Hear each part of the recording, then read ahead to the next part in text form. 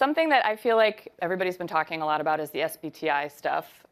John, what do you think? Why don't you start with you? What do I think? I mean, I think offsets are one of the most interesting parts of the climate story. In some ways, I'm listening to a podcast at the moment about the European Reformation, but you can actually compare them to the indulgences. Some people would say they're like the indulgences of the Middle Ages, in terms of just how divisive they are. I mean, I think what you think about offsets says a lot about what you think about climate and capitalism, and whether capitalism can be part of the solution. So I think the SBTI story is just another really interesting manifestation of that controversy. For those of you who don't know, the SBTI is an independent group that is sort of like the gold stamp on a company's net zero commitments. And Akshat will know the ins and outs of this better than I do. But generally speaking, they came out and they said, well, maybe when it comes to dealing with your Scope 3 emissions, offsets maybe could be part of that solution. Let's talk about it. And it provoked a massive furore. There was a huge controversy with the staff, and the board have since had to sort of walk that back. But I think just the whole passion and around on the face of it is a fairly esoteric debate, I think tells you a lot about the power of offsets to divide people. But I also think, there are, as I said, it's very divisive, and there are a lot of power. On the other hand, there are a lot of very powerful people and companies who want to will this market into existence. And they argue that if you're going to get money from the global north to the global south, which is obviously, as we know, one of the big challenges in the climate story, you got to figure out a way to make the offsets market work. But Akshat. Yeah, what are your feelings on offsets in general and what's happening now? I thought John brought up capitalism, so I have to acknowledge that. You literally wrote the book. Here we go. I wrote a book called Climate Capitalism, and in it, offsets aren't a solution. So it's a book about what solutions are working at scale, and offsets aren't in there because I could not make the case for how much benefit they are bringing to either emissions reduction or to the north-south fund transfer yet. But why it's controversial is because the potential for them to do what could be large amounts of carbon reduction or could be hundreds of billions of dollars worth of money transfers to the south, which would be needed given the trillion-dollar problem that is in front of us, is large. And that's where the market is currently sitting, where we've had a number of investigations, some from my colleagues at Bloomberg Green. I've been involved in a few of them, which have shown that the offsets that exist in the market today have real problems, that they don't deliver on the promise that they are making. And so there's been a whole push to try and make those offsets a lot more credible. And if they become credible, then market instruments could work. So that's why we have this poll to try and gauge your understanding of the market. Great setup. So yes, we've got a poll. What will the carbon market be worth by 2030? Right now, it is currently worth around $2 billion, just for your reference. So A, 100 billion, B, 10 billion, and C, 2 billion. So we'll let you guys please participate, and we'll bring those results up in a second. So moving on to I guess maybe we should bring them up now because I'm going to move on to another topic. So if you want to bring them up live, and we'll see how they go. Worth also perhaps talking about SBTI itself, which is a voluntary body, right? It's created with nonprofits and it's creating voluntary standards. In some parts of the world, you're starting to get some regulations, not all the way to approving a company's climate plan, but at least talking about whether disclosures on emissions should be regulated, and there should be a watchdog in a government setup ensuring that those numbers actually match up. So SBTI is ahead of the game, but eventually, if you want this to work for all companies, some form of regulations would be needed for scaling up the solution. And I would make one final point on that as well. I mean, the European Union is doing a lot of work on this, and they came out with a lot of proposals, I think, in February of this year about how do you define what is a sort of good offset. And I would not underestimate the power of the European Union to be a sort of a global trendsetter in all of this as well. So what the EU is doing here to try to create a credible boundaries for offsets, I think is worth. So 100 billion was the answer. If yeah. What was the final? Can we see that final result one last time? Sorry to want to make sure we see what everybody Felt okay. Yeah, 100 Yeah. billion. All right. Wow. So, all right. This room feels like offsets is going to happen. Okay. All right. So, moving on to our next topic, politicization of ESG, which I have a lot of trouble to say. We all just heard the session that just happened with Eric. One of the points that came out of that was Alex Edmonds said he's pushing for the term rational sustainability, but moving away, generally, I think what was discussed is kind of moving away from ESG as a term, which seems to be really impacting people. What are your thoughts on that? Akshat, start with you. I think one way to think about what ESG was and what an ESG is useful. It started off as essentially trying to put under one basket all the non-financial metrics that investors could use to make decisions about investing in a company. And A, there are a lot of non-financial metrics, and B, many of them are just not comparable in any way. So what we are seeing with ESG is twofold problem. One is the measurement of those non-financial metrics, and to some extent also the trust in those numbers, because a lot of those are self-reported numbers. They don't quite have the same heft that financial reporting from companies brings.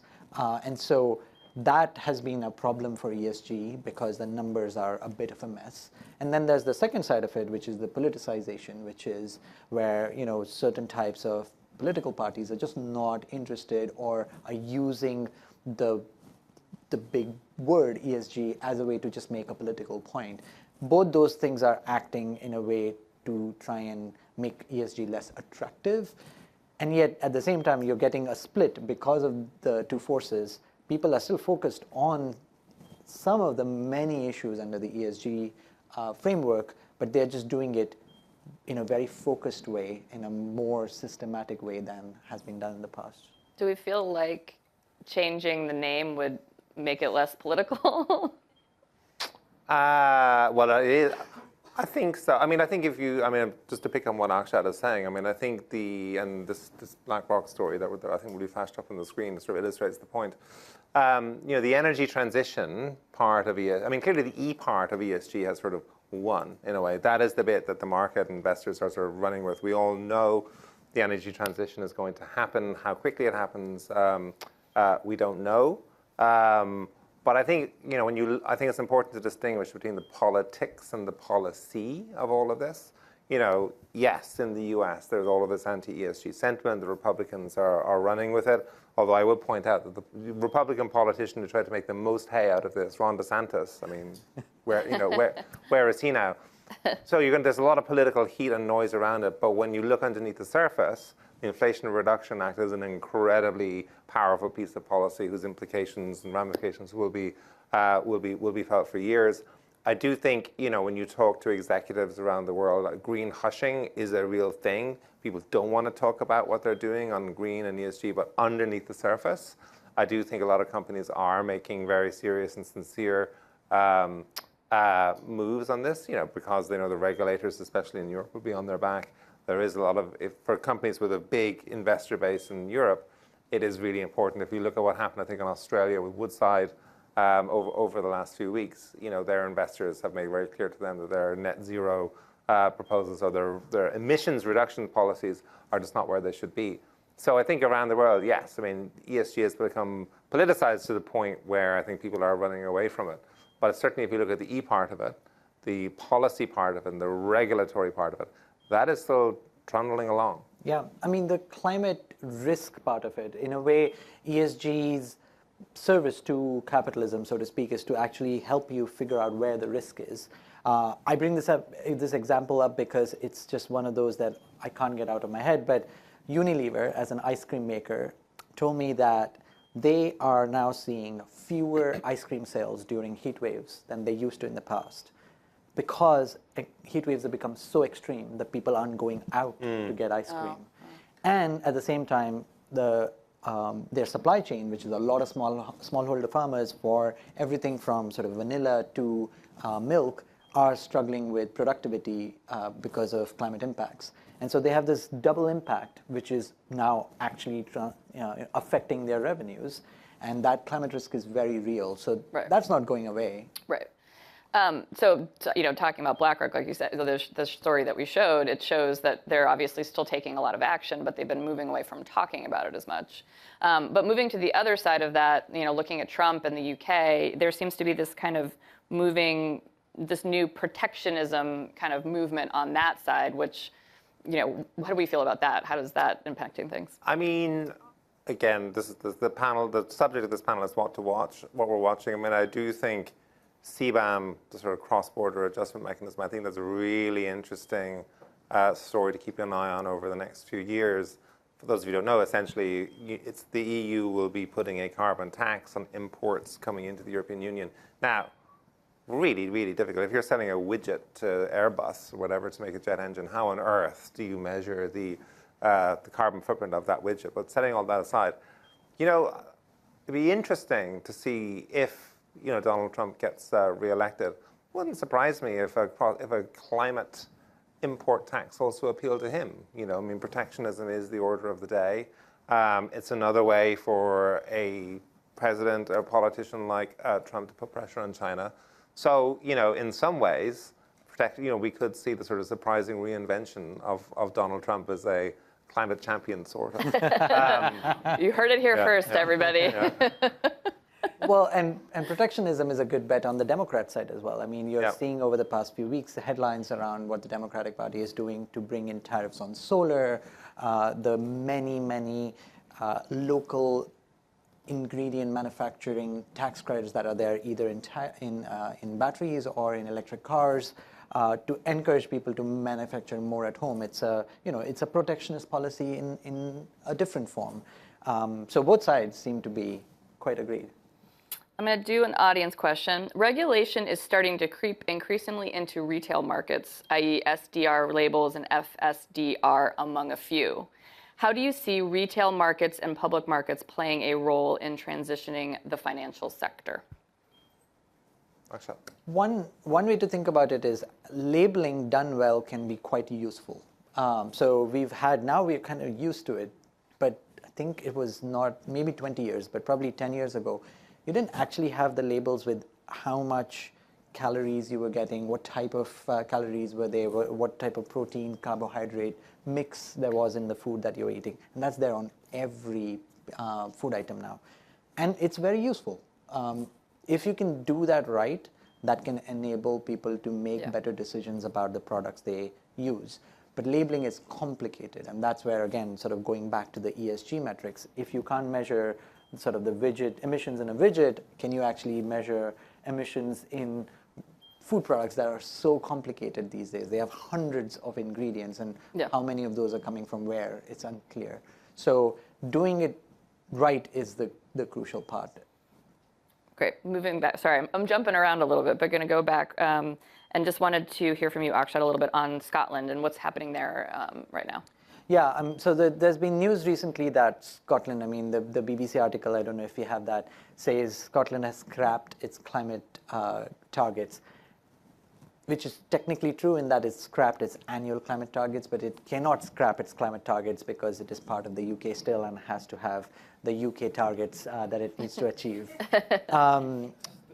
But Scotland itself actually had more ambitious targets than the UK. Yeah. What it has acknowledged is by 2030, it can't meet those more ambitious goals. So the goal was to reduce emissions by 75% relative to 1990. UK's goal is 68%. So you'll have to meet that UK goal. And it speaks to a general trend that we are seeing in both countries, but in companies, is that initially when net zero by 2050 as a target was understood, everybody was like, yes, this is what we need to do. This is there's a big problem. We should solve it together. And the only way to solve it is to do it together. But then short-term targets, which are now very short-term, right? 2030 is not very many years away. Right. Those targets, they signed on to it, but did not realize how much work will be needed to meet them. And there's been a recognition on trying to understand what is achievable and become a little more transparent. Again, it's sort of going through a market in where there's hype, and then the reality hits, and then you kind of stabilize to what the markets can achieve. And we are seeing that dip right now in climate targets. Interesting. Anything to add on that at all? I mean, it's really a reckoning, right? Yeah. So we had this sort of green bubble if you want to call it, like 3-4 years ago, a lot of these rash promises were made by companies and governments, and now we're sort of seeing the reckoning with that. The chickens are coming home to roost, as Akshat said. People are really realizing this is really hard. But it doesn't necessarily need to be a bad thing. I mean, I think we did a very interesting story with Unilever a couple of years ago, so a couple of weeks ago, where I sort of found it kind of refreshing. The new CEO came in and said, look, we made all these sustainability promises and not all of them are easy to meet, and we are still a company that needs to make money, so we're going to be realistic. We're still going to try to do what we can do, but we're going to be more sort of sharp-headed about it, or clear-headed about it. And I think it's that sort of honesty, I think, is refreshing, because, you know, the climate crowd, you know, likes to lambast all the disinformation coming from the right. There's a lot of nonsense talked as well on the left, on the sort of the climate, the sort of pro-climate part of the debate as well. And I think we just all need to be honest with each other. This is going to be really hard. And I think, you know, Bloomberg Green, what we tried to do, you know, we tried to skewer hype across the board and sort of expose greenwashing. But I think there's also has been a lot of lazy thinking as well on the sort of pro-net zero side. The ESG story for Unilever is one you should Google and read, because it's actually very rare to find an example which explains all the ESG work that we're talking about in one story. So what Unilever ended up doing is in its ESG goals, it is actually keeping its carbon goals. It is not able to meet its S goals, some of its sort of minimum wage goals, some of its diversity goals, and those it's scrapping. So it's sort of acknowledging that between these many goals that we have, some we can meet, some we can't, and we are being transparent about it.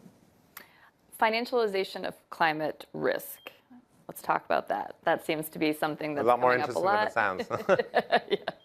Yeah. And you kind of started to talk about it a little bit with the Unilever story, but yeah, you want to talk about that a little bit? So you can do it in so many different ways. One of the most interesting stories that is currently playing out, a little bit wonky, but I think the Bloomberg crowd will get it, is that there are these instruments, financial instruments, called sustainability-linked bonds. Now, bonds exist. Companies raise money from investors to do all kinds of things. Sustainability-linked bonds were essentially bonds that companies could use to do whatever they wanted, but were linked to certain sustainability targets. And over the past few years, this market has really exploded. There was a time between 2018 and 2021 when it was growing 100 or 300% annually. And then we had an investigation out in 2022 that showed that the target setting wasn't being done very well. And so the market slowed down, and now what you're seeing is that some of the companies, so just yesterday, NL, which is one of the biggest utilities in Europe, said it can't meet its goal, and thus, as a result, is going to have to pay as much as $80 million more to investors, because it was essentially borrowing at a lower rate, saying we would meet that goal. Now it has to borrow at a higher rate because it is not able to meet its goal. So financialization of climate goals is starting to happen in interesting ways. And I think, yes, I mean, we talked about the politicians, the political back and forth on ESG and net zero and all of that. But I think, climate change is happening, whether it's becoming more extreme. And if you're a company, whatever you publicly say about it, you need to factor it into your bottom line. And I think this is an interesting, we've written lots about this, but the most successful alternative investment strategy of 2023 was catastrophe bonds, was insurers trying to protect themselves against more chaotic weather patterns. So, you might not be interested in climate change, but climate change is definitely interested in you, so a sort of thing. But I think, climate is, as everyone in this room knows, climate change will infiltrate everything that we see and do and hear, and some things will be impacted more than others. But I think financial markets, if they do anything, they are incredibly effective at incorporating the world into into metrics, into financial data, into bottom line thinking, and that's just going to see more and more of that. Yeah, we are just about out of time. Any last thoughts, things we didn't get to that you want to make sure that we get on everybody's radar? Well, there's a Bloomberg Green Festival happening in July. There is. Spoiler alert. Which is a big event that if you liked us three, come to Seattle in July. You'll get a lot more of us. So we're launching our first Bloomberg Green Festival. We launched, as some of you might know, we launched Bloomberg Green in 2020, right before the pandemic. So we have done a lot of virtual events. We've done our Bloomberg Green summits. We've done our Bloomberg Green events at COP. But we are doing our inaugural Bloomberg Green Festival, where we will take the content that we've been creating on these stages and bringing it to a larger audience, more consumer focused, all about solutions and trying to just get everybody very excited about climate action. So if you want to join us, take a look. You can go to the Bloomberg Green Festival website and get a ticket, and we would love to see you all there. So thank you so much. Thank you, guys. Thank you, John and Akshat. Thank you. I'd like to just say a quick thank you to all of our speakers and moderators today for all their insights. I would love to thank our summit advisors, Citi Commercial Bank, Red Sea Global, and Schneider Electric for making this summit possible. And for more info on our summit advisors, you can visit the resources tab on our website. And thank you all for being such an engaged audience today, all day. You are amazing. You stuck with us. We do also have, in addition to the Bloomberg Green Festival coming up, we have our next Sustainable Business Summit in Singapore, as John mentioned, on July 31st. So we hope we can see you there or your colleagues as well. And please, if you are here in the room with us, join us outside for the cocktail reception right now. So thank you so much. Thank you. Thank you.